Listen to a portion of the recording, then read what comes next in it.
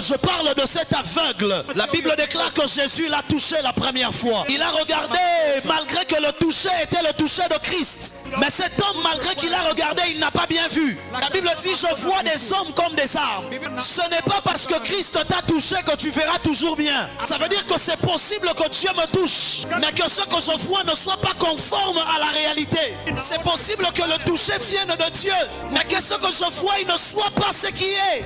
Il dit à Christ, touche-moi encore. Et Christ le touche encore. Et la Bible déclare que là, il vit clairement. Ce que tu vois n'est pas encore la vision. C'est encore une illusion. Rentre dans la prière. Dis à Dieu, touche-moi encore. La Bible dit qu'il vit des hommes comme des arbres qui marchaient.